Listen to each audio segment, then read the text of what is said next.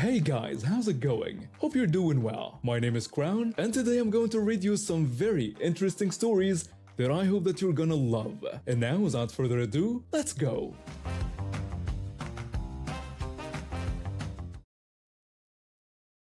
I started working at the local grocery store about 6 months ago. The schedule worked well with my classes, and most of my co-workers were decent folks. Most of them, anyway. There was this one full-timer who was absolutely infuriating. I can't begin to describe how lazy this guy was. Every shift with him was like babysitting a toddler who refused to pick up their toys, except this toddler was a grown man getting paid the same hourly rate as me. His specialty was abandoning shopping carts. He'd collect maybe 3 or 4 from the parking lot, then leave them blocking an aisle while he wandered off to chat with whoever happened to be around. The facing of shelves? Forget about it. He'd pull one item to the front of a shelf and call the entire section done.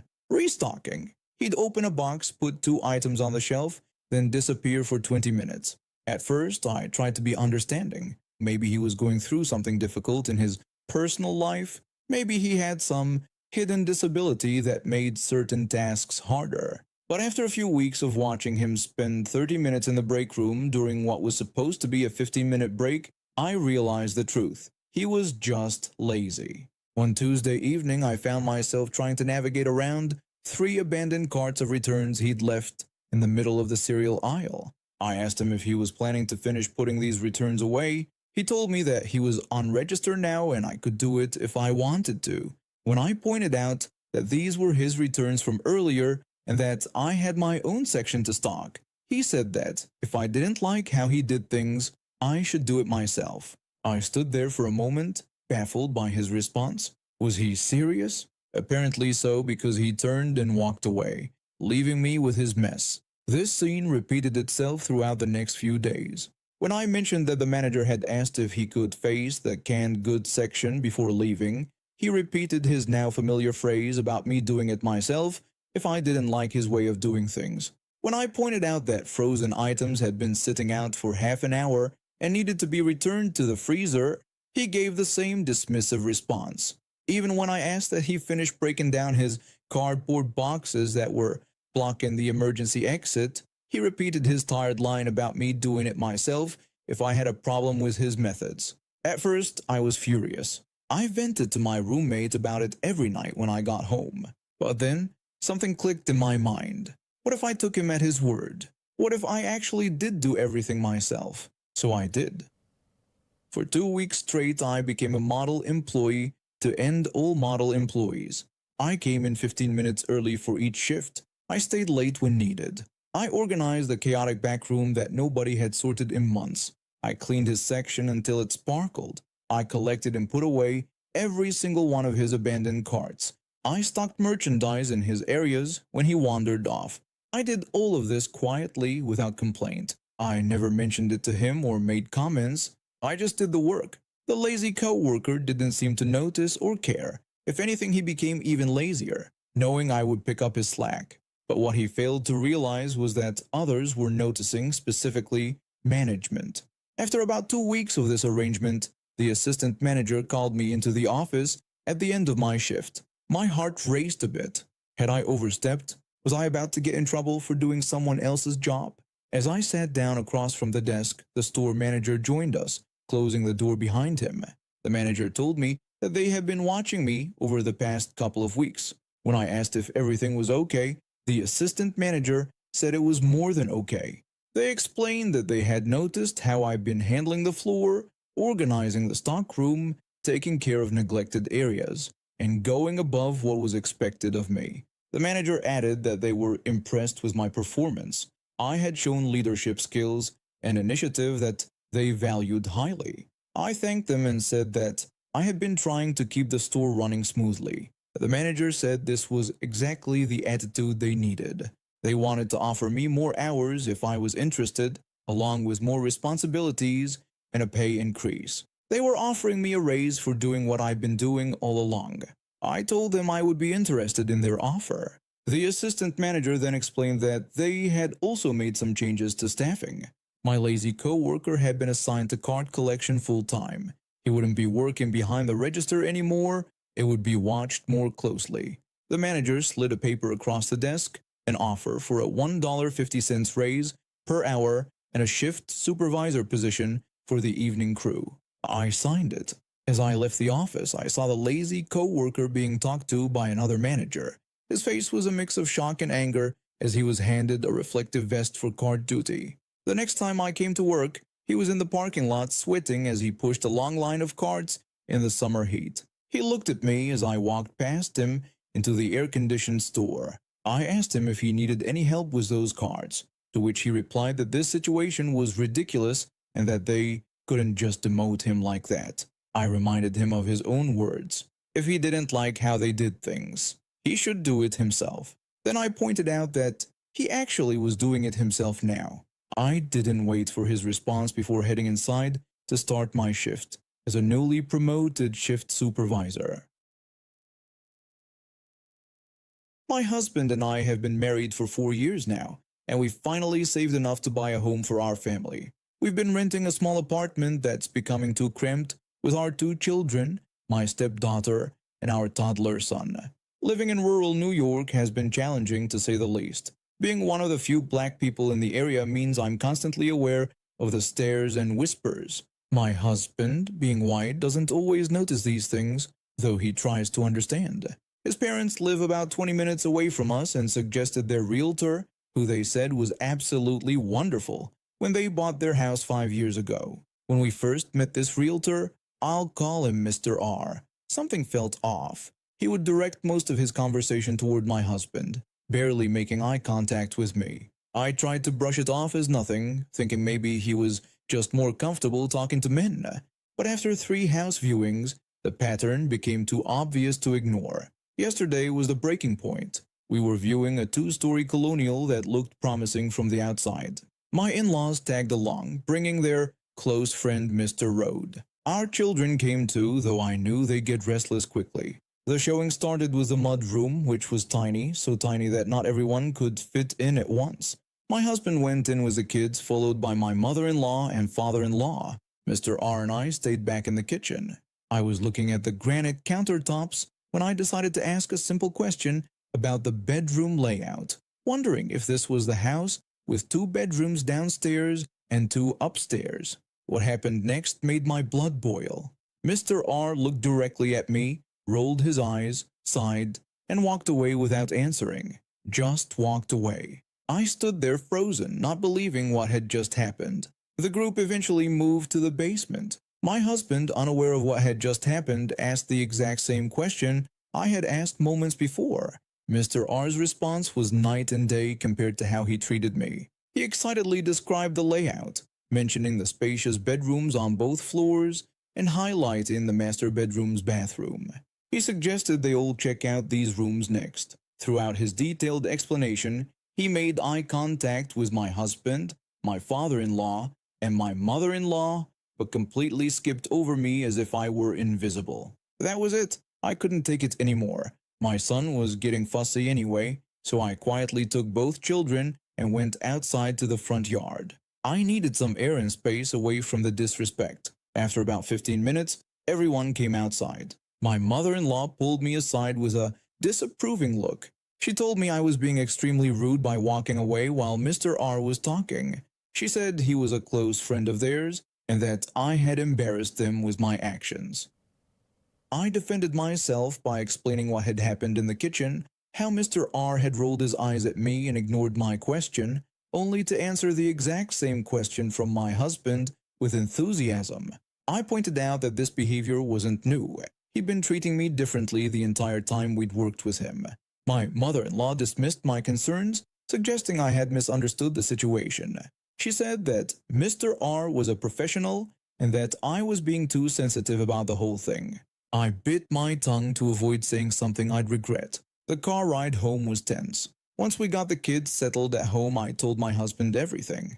I explained how his mother thought I was being rude but described the realtor's disrespectful behavior toward me and how differently he treated us when we asked the same question. My husband was shocked and got angry. He said that Mr. R's behavior was completely unacceptable. He mentioned that he had noticed something off about how the realtor acted toward me but hadn't realized how bad it was. He said we would not be working with Mr. R anymore. My husband was so upset that he called Mr. R right away to confront him. He asked the realtor to explain why he would roll his eyes at my question and then answer the same question for him. Mr. R denied everything, saying that wasn't what happened. He said I was being overly sensitive and that he treats all his clients with respect.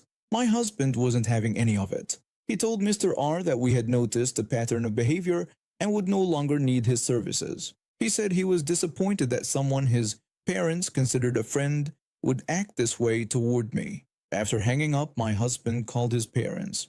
His father answered and seemed shocked by our decision to fire Mr. Rode. He asked whether this might be a misunderstanding, saying that Mr. R had always been professional with them. My husband told his father that he had seen how the realtor treated me and that this wasn't the first time. He also brought up another issue, how his mother had been treating our children differently, ignoring our biracial son while giving lots of attention to his white daughter. He said this behavior needed to stop. The conversation went on for some time, with my father-in-law finally agreeing that they would step back from the house hunting process to give us space. This morning we contacted a new realtor, a woman who came recommended by my co-worker. During our first phone call, she asked questions about both of us and our family's needs. It already feels like a completely different experience. I'm still thinking about my mother-in-law's reaction. Instead of believing me, she immediately defended Mr. R and said I was being rude. After 4 years in this family, it hurts to realize that when push comes to shove, they might not have my back. But I'm grateful my husband sees what's happening and stands up for me and our children. We're supposed to see another house tomorrow, without the in-laws this time. House hunting is stressful enough without having to deal with prejudice and family drama on top of it. But at least now, we're moving forward with people who respect both of us. I go to Sunset Beach since childhood. My parents took me there every summer, and now I visit twice a month during warm season. It helps me escape stress from my accounting job. Floating in cool water while looking at the sky resets my mind. I know this beach well. Every cove, current, and underwater hazard. There's a rock about 8 inches below the surface at high tide. Locals call it the shark because it hurt many tourists' feet over the years. This Sunday had perfect beach weather. I got there early around 8 a.m. for quiet swimming before crowds came. By noon, the beach was full of families, teenagers, and weekend warriors with jet skis and boats. I swam in the marked swimming area with yellow buoys. The rules are simple: no motorized watercraft within 100 feet of the swimming zone. It's a law for safety. Most people follow it, but some think rules don't apply to them. I did leisurely laps when I saw a woman on a bright red jet ski going too close to swimmers. She made big wakes that hit kids and elderly swimmers. The lifeguard whistled at her, but she waved and kept going. When she came near, I spoke up. I told her she was too close to the swimming area and it was dangerous and against rules. She cut the engine and drifted closer with a bad look. She asked who I thought I was and if I was beach police. I explained I just worried about people getting hurt and pointed to the marked swimming zone. She said she knew what she was doing because she rode jet skis for years. She was about 40 with bleached blonde hair and a small swimsuit. I told her if she was experienced, she should know rules and stay beyond buoys.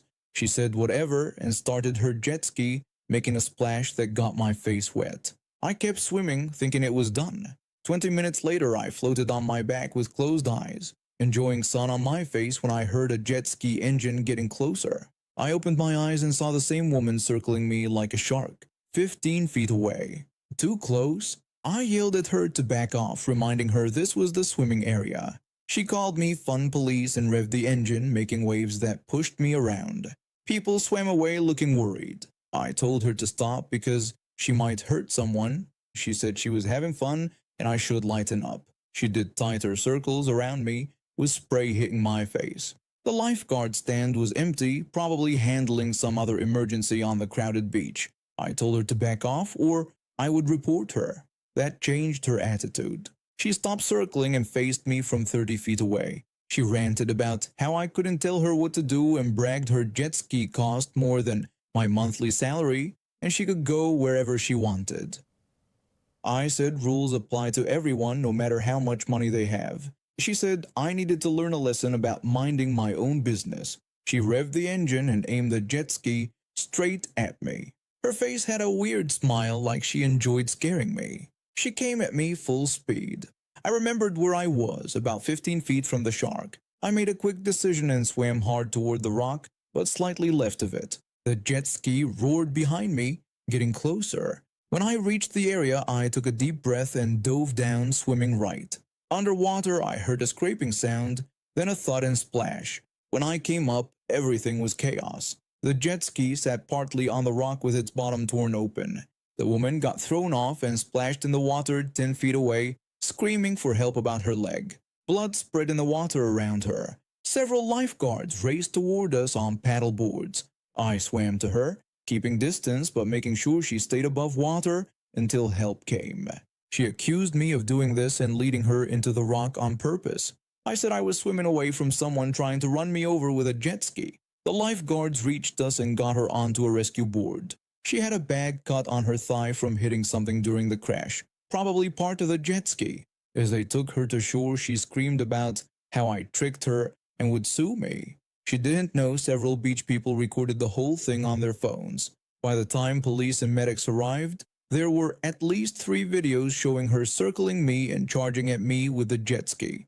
Police took witness statements while medics worked on her leg. An officer talked to me. He asked if I was okay or needed medical help. I said I was fine, just shaken. He said witnesses reported she tried to hit me with the jet ski and asked if that was true. I said yes and explained I asked her earlier to stay away from the swimming zone and she didn't like that. The officer wrote in his notepad. He told me she faced several tickets: reckless operation of watercraft, endangering swimmers, going in a no-motor zone, and maybe assault with a deadly weapon, depending what the prosecutor decided. I found out later her jet ski was totaled. The bottom was ripped open by the rock. The repair shop said fixing it would cost more than buying a new one. She got fined $2,500 for violations and paid for cleaning up gas and oil that leaked from her jet ski. Her threats to sue me went away once her lawyer saw the videos. She got a suspended jail sentence and community service picking up trash on the same beach. I started working at this small shop 6 years ago, right after finishing high school. The place is owned by an Asian man in his 40s, and I'm a local woman in my 20s. Most people quit within 2 months because the job is physically demanding and the place is honestly a mess. But I've stuck around because the hours are flexible and I get along well with the owner. Over the years, I've become practically indispensable.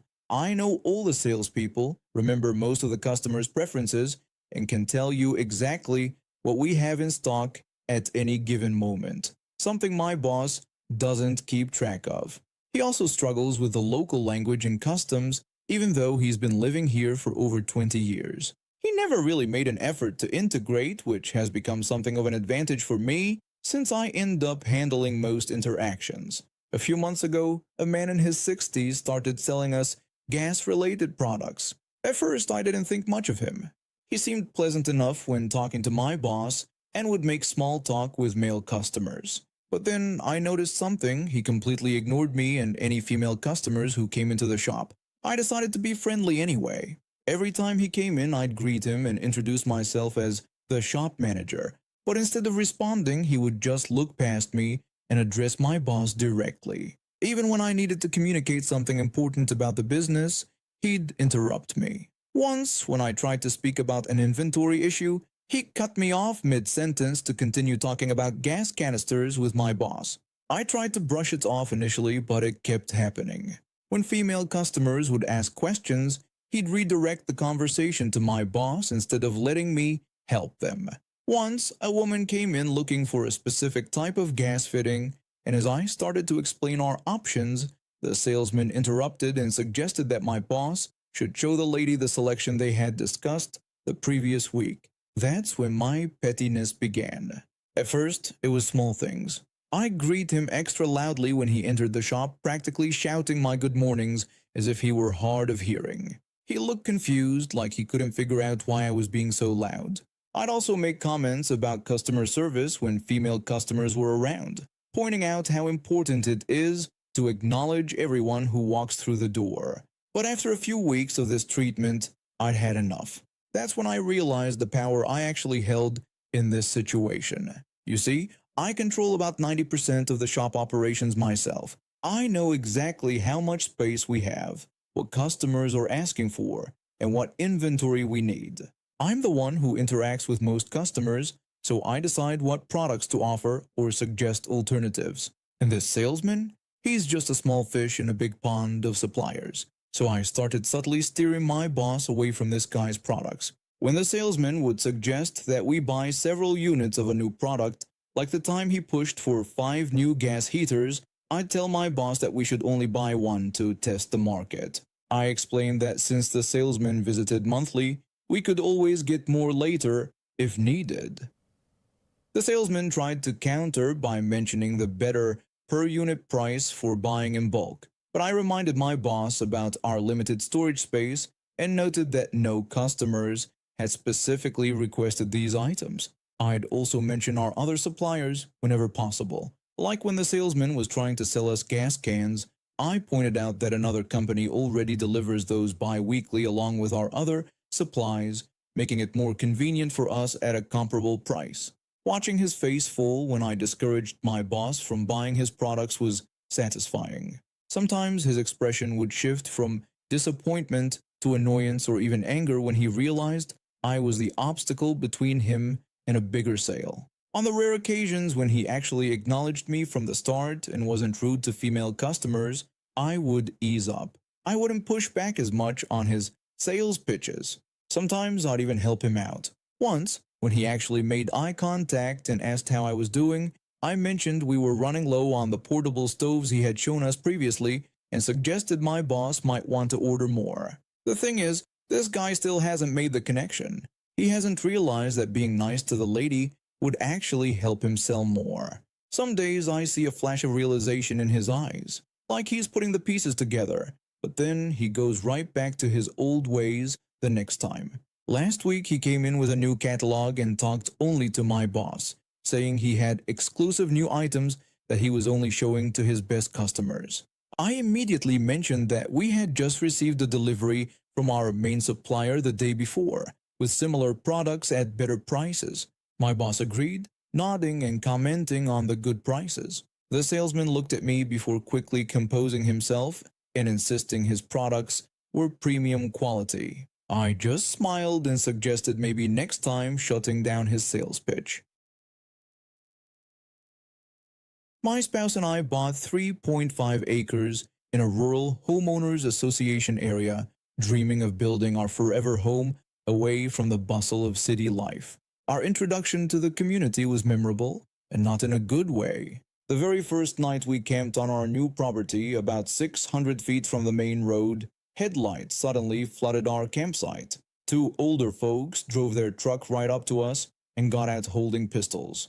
There I was, completely unarmed, trying to calm the situation while these 2 strangers pointed guns at me on my own property. 15 minutes of careful talking later, they finally believed we were the new owners and left. Not exactly the warm welcome I'd hoped for. This confrontation was just the beginning of our problems. The main issue involved a utility easement that the water company used to access a community water tank on our property. The Homeowners Association Board and other community members had been using this easement as a nature trail for over 20 years without anyone challenging them. They believed they had gotten legal rights to this path through their years of use, what's called a prescriptive easement in legal terms.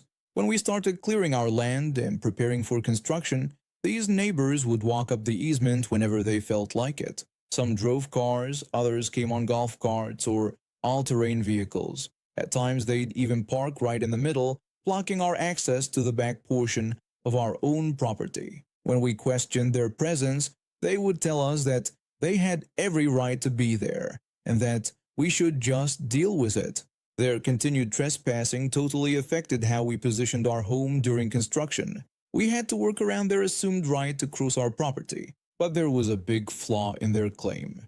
They had never filed any paperwork for this supposed prescriptive easement. More importantly, they had been interfering with the actual easement agreement between the previous out-of-state property owner and the utility company. This distinction was crucial because it completely undermined any claim they thought they had. We learned this after talking with a real estate attorney, who suggested we contact the utility company about the situation. The utility company was great. They quickly had their attorney look into the matter. Their lawyer agreed that no one in the homeowners association had any legal claim to easement rights. The utility manager added that they didn't want anyone back there anyway, so we agreed to put up a gate. We told the homeowners association that 2 lawyers had looked at the situation and determined that none of them had any legal right to access this easement. We made it clear they needed to stay off our property. They had their own attorney review our statement. He agreed with us, and the homeowners association sent a letter to all members telling them to back off. Life became mostly peaceful after that, though one neighbor decided to test our boundaries last year. That's when we found out the sheriff's department was basically useless when it came to helping with trespassing issues. A few weeks ago, my spouse and I noticed what looked like all-terrain vehicle tire tracks on the easement. We decided to put up a game camera. Not even a month later, our suspicions were confirmed when a member of the Homeowners Association board, who had some vague, at-large title, drove his all-terrain vehicle up to the water tower to see what the utility company was doing back there. When my spouse spotted him after he'd been trespassing for about 5 minutes, she heard him complaining to the utility workers that we were taking pictures of him. He hadn't noticed our trail camera. When he drove back down past my spouse, who was standing just a few feet off the path, she tried to signal him to stop so they could talk. They made eye contact, but he ignored her and kept driving. I had a busy work week and couldn't deal with the situation until this morning when I called the non-emergency number to report the trespassing. After 3 to 4 hours, a sheriff's deputy from a neighboring county finally called me back. The deputy told me he couldn't help because it was a civil matter that would need to be fixed in court. I disagreed, telling him that such an approach was unconstitutional and unfair to people who couldn't afford legal fees. I said it wasn't right that protecting my property rights should cost me $100 to file a civil complaint, and I asked him how I could get this trespasser criminally charged. The deputy explained that they would need to have an official record in their system stating that the person had been warned to stay off our property. When I asked how to make that happen, he said all I needed to do was tell him who I wanted trespassed and for how long. Then it would be in their system, and if that person trespassed again, they could make an arrest. I asked if I could make the trespass order permanent. That's when the deputy tried to talk me out of it, suggesting I should just have a man-to-man conversation with my neighbor to handle things. Despite his attempts to get me to back down, I stood my ground. Finally, the sheriff's deputy called my neighbor, the board member, to tell him that he's been permanently trespassed from our property. The yearly Homeowners Association meeting is coming up, and the board will talk about this incident in front of everyone there. I never knew victory could feel so awful because I do feel bad it came to this. But what choice did I have? When would their entitled behavior have stopped otherwise? After 5 years of constant boundary violations, multiple confrontations, and being treated like we were the unreasonable ones for wanting control over our own property, I finally have legal protection. I'm a high school English teacher for 8 years now. Anyone who works in education knows that the last week of school is chaos, final exams to grade, classroom cleanup, endless paperwork, and tired students who checked out weeks ago. So when my husband's sister-in-law asked me to make a special cake for her twins' 14th birthday, I should have said no, but I didn't. Why? Because I'm known in the family for my baking skills. I enjoy making big cakes when I'm not teaching. Over the years, I made wedding cakes, anniversary cakes, and mini birthday creations. This time, the mother wanted a book cake since one of the twins liked reading. When she called, she told me the cake needed to be special, something that looked like stacked books. She asked if I could make it. Even with my busy schedule, I said yes. What followed was nearly 20 hours of baking and decorating across 5 evenings after school. I made a 6-tier cake that looked like stacked vintage books with fondant bookmarks, painted spines, and sugar reading glasses on top. Each tier was a different flavor: chocolate, vanilla, red velvet, lemon, carrot, and marble. I used American buttercream because it stays firm when decorating and holds up better at room temperature, practical for a cake that might sit out during a party. The morning of the party, my husband put the cake in our car. It took both of us to move it safely, and we got there on time for the 2 p.m. celebration. When we pulled up to the house, something seemed wrong. Only 2 cars were in the driveway. We rang the doorbell, and my husband's brother answered. My brother-in-law said hello and asked us to come in. When I asked where everyone was and told him we brought the cake, he said there was a change of plans. He told me one of the twins had a last-minute dance team tryout that couldn't be moved, so his mother took them there. He said the rest of them were just waiting. When I asked how long we would wait, he said about 3 hours and that they should be back around 5 p.m.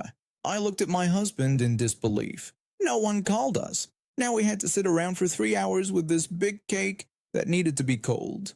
I asked if we could have waited until after the tryout, or maybe they could have told us to come later. My brother-in-law just said his mother didn't want to change the plans and she thought I would understand. I said nothing.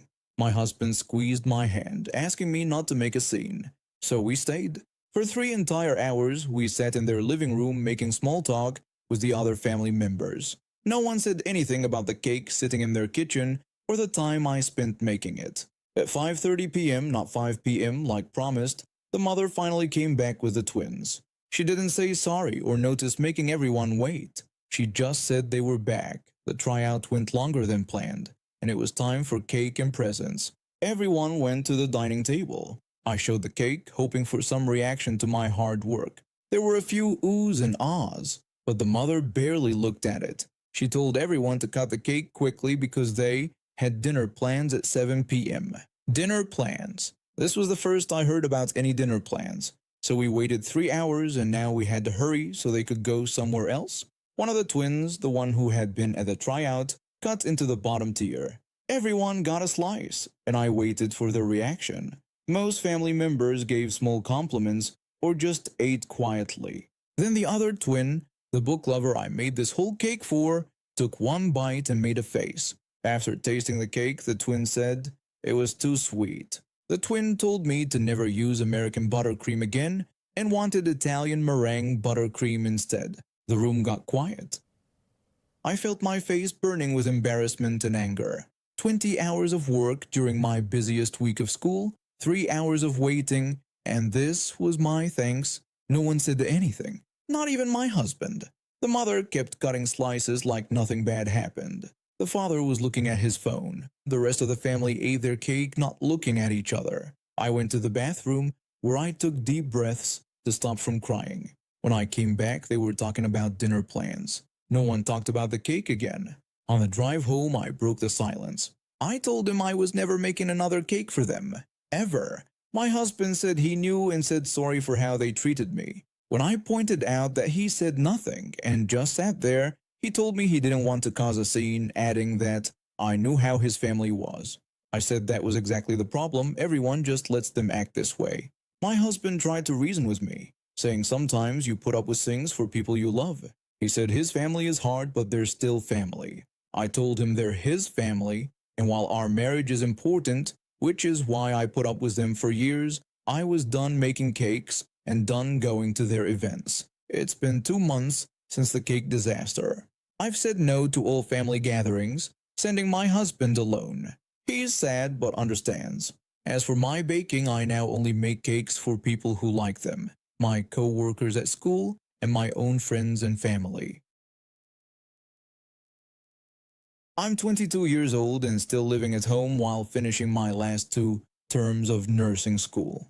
Let me tell you, it hasn't been easy. What should be a supportive environment during this stressful time in my education has turned into a constant battleground over clothing, of all things. My mom has this bizarre fixation on what I wear. Almost every day she finds something to criticize about my outfits. She'll stand in the kitchen with her arms crossed, telling me my clothes aren't appropriate and that my younger siblings are copying me. When I try to defend myself by explaining that I don't dress inappropriately and mostly wear maxi skirts and dresses, she just doubles down.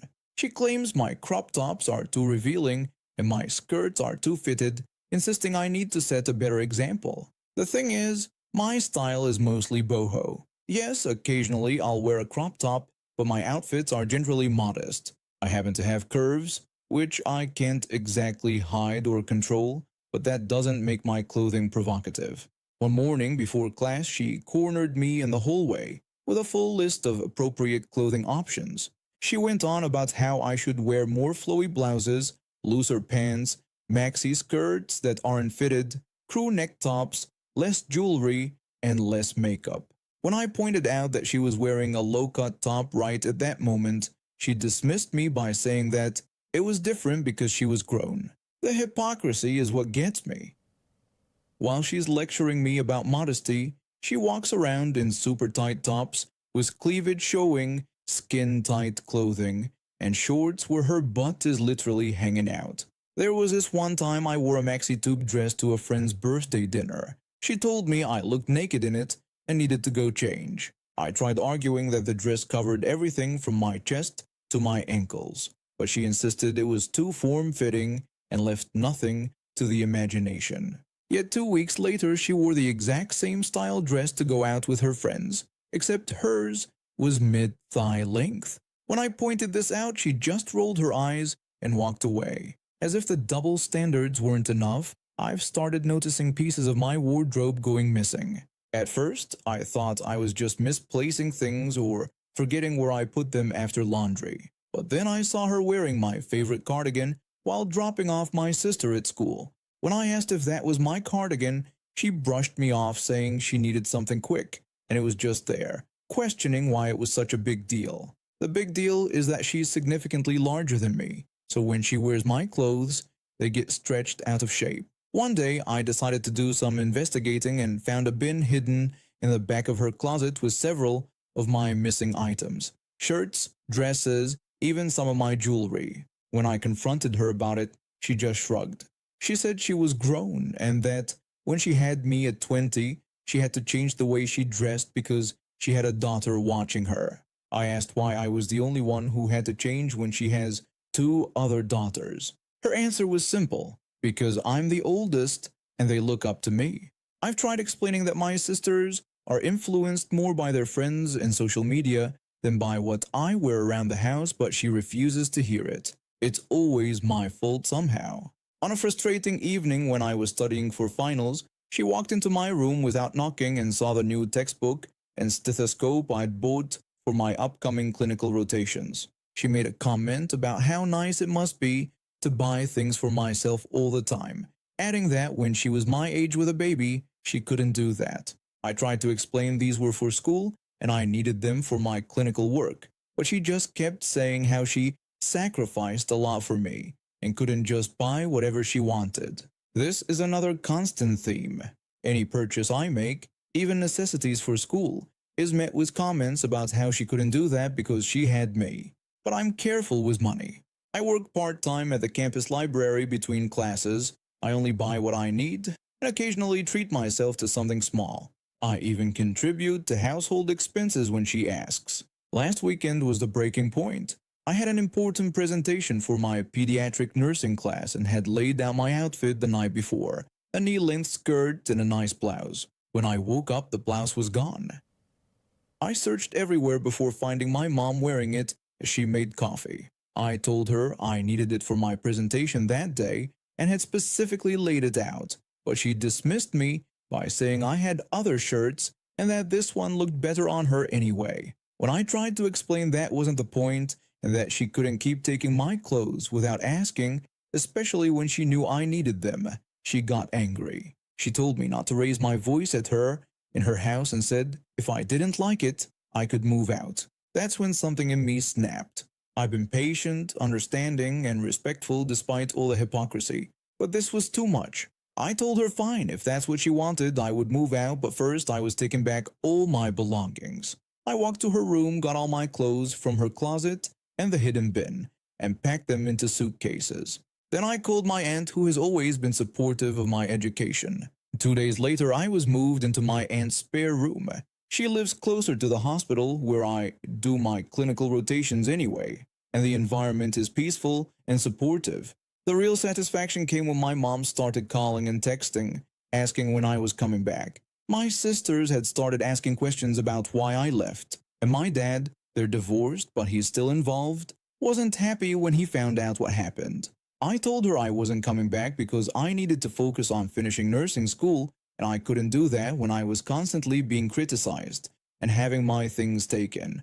She told me I was overreacting and that it was just some clothes. I had to explain it wasn't just clothes, it was a constant criticism, double standards, and lack of respect. She tried guilt-tripping me for weeks, even showing up at my aunt's place unannounced, but my aunt stood her ground. She told my mom that I was an adult working toward my career, and if she wanted a relationship with me, she needed to respect my boundaries. It's been 3 months now. I'm thriving in my clinical rotations. My grades have improved without the constant stress at home, and I've even started therapy to work through some of the issues from my relationship with my mom. And now we have reached the end of today's stories.